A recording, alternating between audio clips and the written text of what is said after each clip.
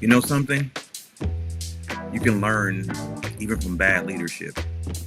You don't believe me? Stay tuned. I'm going to tell you the truth. Thank you for being a part of another episode of Leadership Matters.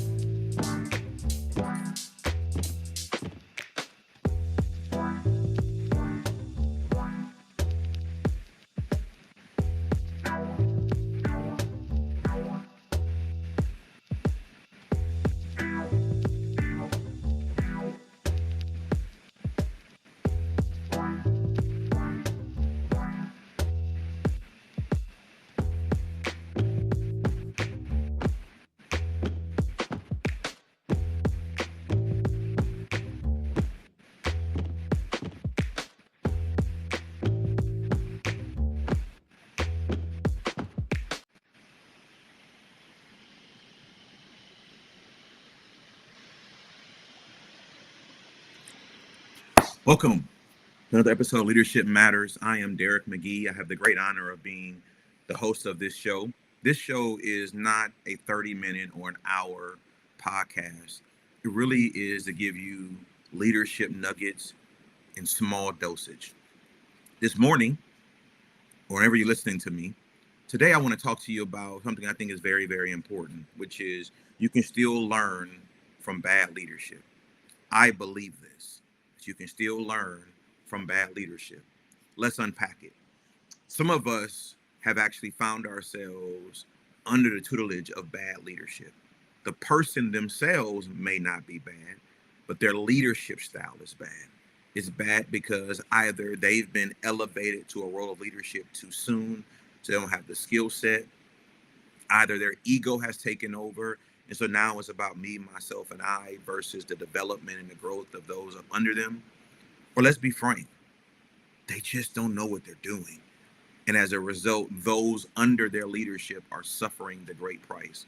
That is the reality. But you still can learn from bad leadership. Don't let anybody fool you. You can. The rapper Lecrae says, you don't win or lose. You win or you learn. And I think every day we will live and learn.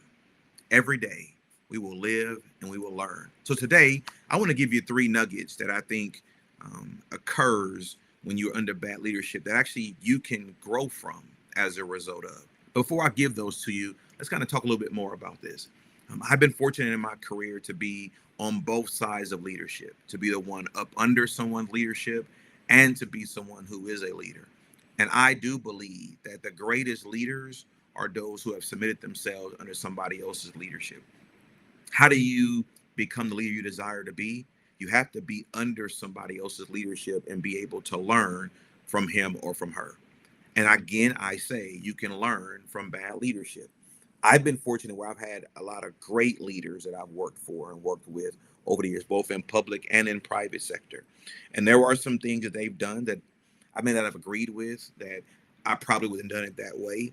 But if you actually step outside of yourself and assess the larger picture, there are lessons in the way that they lead. Let me lean in. Even in that, there are people that I served up under who just were bad leaders. And you had to endure, I had to endure just the struggle of that leadership. Because there are some people who are more pleased with the title than the service. And so as a result, they like to always remind you who they are based on their title. And yet the fruits is not being born because they are title seekers, not grower of people, not efficient in their work service, et cetera, et cetera. So we think about bad leadership. Did you know that in every facet of the workplace, whether it's in the marketplace, whether it's in the church, whether it's in politics, that there are examples of bad leadership. Plain and simple. No matter what you think about it, it is true. There's bad leadership all around.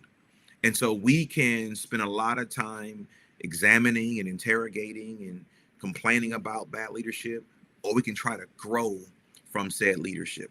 Let me give you three nuggets. The first nugget is you learn how not to treat people. Some of the worst leaders, again, may not be bad people, but they're bad leaders. And one of the reasons why is because they just treat people really, really bad. And so you learn from bad leadership how not to treat people. In most settings, your greatest resource, your greatest asset is people.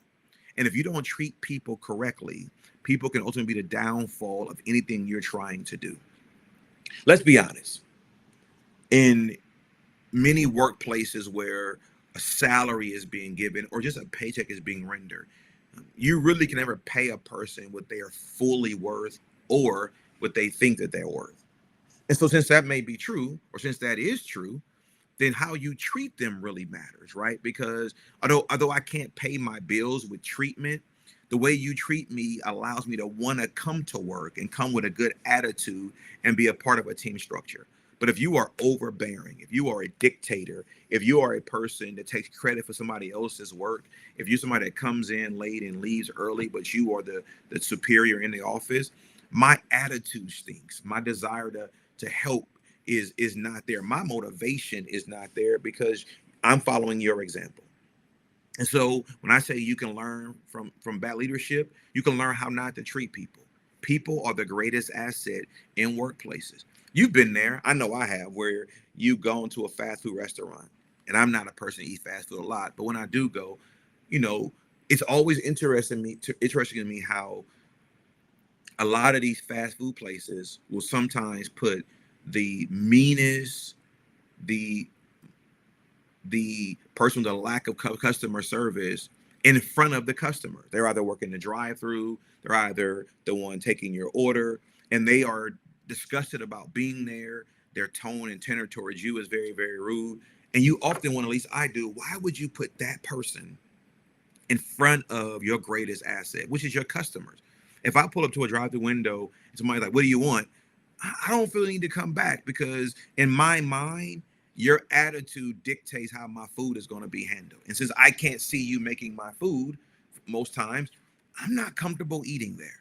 Probably when I don't go out a lot. But anyway, and so how you treat people matter. But if you are a manager, a leader, a supervisor, whatever it may be, and everybody in your workplace is treated with the utmost respect, they are included in the overall mission, goal, values of that company, whether that person is taking the order at a fast food restaurant, or that person is a receptionist at your corporate office, or that person is a greeter or an usher at your church, whatever it may be, that person can set the atmosphere for the workplace, for the church. Think about this. If you're in a church setting, right, and let's say you're the pastor of the church, which I'm fortunate to be a pastor of a church, by the time you bark the pulpit to proclaim the message, people in the pews or in the chairs have had to endure maybe your parking lot ministry, then your greeter ministry, then your ushers, then they had endured the music ministry. By the time you get up there, they've had to endure at least 3 to 4 things. Do you understand? If your parking ministry is unprofessional and disrespectful, they've had to fight through that, had to make a decision whether to stay or leave. So let's say they decide to stay. Then they had to get through your greeters, who they first meet entering the doors, right? If that person is mean and nasty, now they got to decide, do I continue to press forward? Let's say they press forward. Then they meet an usher who leads him or her to their seat. If that usher is rude and nasty, right? They had to make another decision. Do I sit down or do I turn around and walk out of here? Right? And they come in, they decide to go through all that, they sit through the music. Let's say the person who's leading the music ministry is uprooted and they're nasty and they're being very abrasive, right? Now they got to make a decision. Do I want to stay through this? Right? So by the time you get up to proclaim the message, this person has had to make 3 to 4 decisions whether or not to stay or to leave. Because here's the fact of the matter: there are other churches they could have gone to.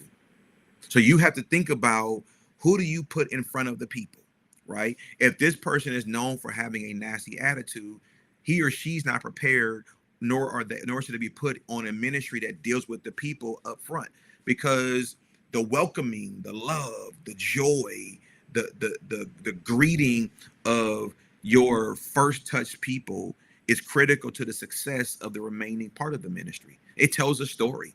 So nugget number one again is you learn how not to treat people, right? You can learn from bad leadership, and you learn how not to treat people, because the way you treat them, it does matter. Here's a second nugget I want to give to you.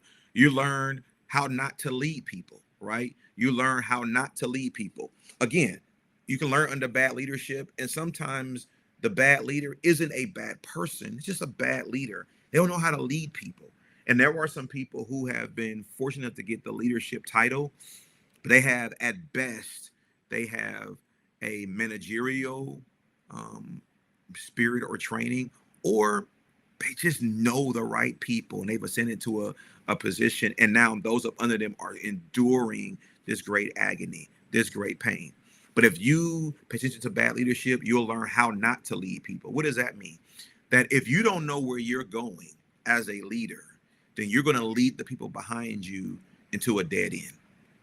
Fact of the matter, if you've ever been driving, you've seen this sign when you're driving. It's a sign that literally has an arrow pointing left or right, right? You're in a straight path. You're about to end that straight path. And now you see a sign that has you going left or going right. I dub that a strategic inflection point, right? You have to make a decision, because the straight path is no longer an option. You're now having to go left or you're going right. You have to make a decision.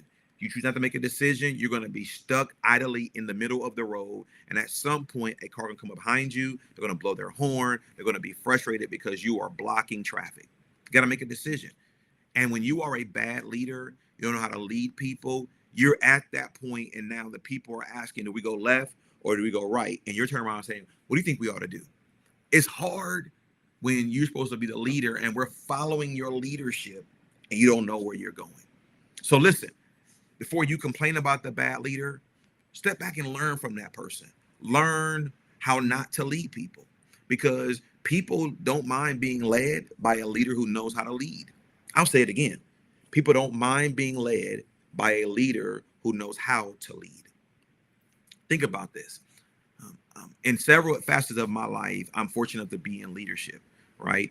And I don't take for granted that I am in these positions. I also am wise enough to know that I'm not the greatest of all people, right? But there are people who trust my leadership. Why is that? It's because I have ascended to the highest of mountains? No, not really. But also it's because they recognize I exude a level of leadership and a confidence that they know we can follow this person. And here is the thing. I can be exuding confidence as a leader and still not know where I'm going, but the people put enough trust in you to where they have this, you'll figure it out. And we trust you to figure it out. So for those of you who are struggling under bad leadership, you can still learn from bad leaders. The second nugget is you learn how not to lead people. You don't lead people abrasively or abusively. You don't have to be a dictator. You don't have to be one who's petty. You don't have to be one who takes people for granted. No, you can lead people with love, right? Think about a shepherd. Sheep have often been described as the dumbest of all animals, right? That they are easily distracted. They are easily led astray, et cetera, et cetera, et cetera. But if you know anything about sheep, sheep know the voice of the shepherd, of their shepherd, to be more particular. They know the voice of their shepherds. You could put your sheep in a sheepfold with another man's sheep. And when you begin to speak, only your sheep are going to respond to your beck and call, because they may be a dumb animal, but they have attentive ears to the voice of their shepherd. Here's also why the sheep will follow their shepherd, because that shepherd every day spends time investigating and examining each of their sheep one by one to make sure there is no infection, so there are no sores, et cetera, et cetera. So there's an intimate relationship between the shepherd and the sheep. So now when that shepherd is leading, the sheep follow because they're following not the distractions, they're following the leader. And I want to say to you that you can learn how not to lead people if you monitor bad leadership. They're showing you how not to treat people. And if you treat people the right way, they'll follow you, they'll trust you, they will celebrate you, and most importantly, They'll believe in you. So let's recap before I get to number three. The first nugget is you learn how not to treat people. Talking about you can learn still under bad leadership. You learn number one, how not to treat people, especially when you're leading adults, right? You're not my parent. Watch how you talk to me. So again, you can still learn from bad leadership. Number one nugget is you learn how not to treat people. Number two, you learn how not to lead people, right? The way you lead people matter. But if you don't know where you're going, it's hard to lead people to a place you've never been to before. The third and final nugget I want to give you, again, our topic today is you can still learn from bad leadership. You can still learn from bad leadership. And I know it may be challenging to believe this, but it is true. You can still learn from bad leadership. Every day we will live and we will learn. The third nugget I want to give to you is you learn how to better position people. This one here is very important to me. You learn how to better position people. Part of leadership is to rightly position the people you're leading to have ultimate success. One of the greatest things that grieve me are leaders who get intimidated by someone who's following leadership's skill set, or a leader who gets jealous or lacks the willingness and desire to celebrate someone under their tutelage who then launches off. A real leader is positioning you to be able to launch. You are an extension of that leader. And so if you go and do great things, that leader is ultimately celebrating you because you are an extension of his or her leadership. And so under bad leadership, you can still learn how to better position people. And sometimes leaders have a mindset of, I got mine, now go get yours. Or it's me, myself, and I. That's deplorable leadership. That's beyond bad leadership. A great leader will learn how to better position people, because sometimes you have the right people in the wrong positions. You have the right skill sets badly utilized. And so as a bad leader, you just count people. But as a growing effective leader, you look at the people and determine, are they better positioned here, here, so on and so forth. I grew up playing checkers. Some of you did as well. When you're playing checkers, right, the ultimate goal is to get to the other end of the board and then have them king you, right? That's the ultimate goal, right? Whether you're black, whether you're red, you're trying to get to the other end of the board so they may king you. And the more kings you get, you now get different level of skills and opportunities and privileges when you are king than you can when you're not a king. That's the truth, right? That's the truth. But imagine this. Imagine being on a board without knowing the rules. And now you're just moving your pieces left and right. You're going back and forward. You're jumping around. No. And as a person watching you do this, who knows the games and the rules, it frustrates you to the point where you almost just say, you know what, I'm done. You have at it. Because you recognize, realize, man, you don't know what you're doing. You have no idea what you're doing. Why would I continue to play this game with a person who does not know what they're doing, nor has a desire to learn what to do? That's how bad leadership is. You're on the board. You are deemed to be the leader of said organization, situation, church, whatever it may be. And now I am being told to follow your leadership, and I desire to do that. And yet the struggle is simply this. The struggle is you don't know what you're doing. You don't know what you're doing. You do not know what you are doing. But I want to say to you, you can still learn from bad leadership. You can learn how to treat people, right? You can learn how not to lead people, and you can learn how to better position people. Now, let me say this to you because I think it's important before we wrap. Be careful about how you judge a person's leadership. Just because you think they're a bad leader doesn't mean they're a bad leader. The best way to learn somebody's a bad leader is not by you saying they're a bad leader. It's through observation. It's through a conversation. It's through fruit. Bad leaders do not have a problem making it known they're bad leaders. They may not say I'm a bad leader. No, it's what they do. It's what they say. It's how they carry themselves. And there are people who care about one thing, the top. And they'll step over anybody to get to the top, And once they get there, they celebrate themselves and they expect you to celebrate them. That's bad leadership. Great leaders learn this. I got to the position I'm in because other people along the way helped me get there, right?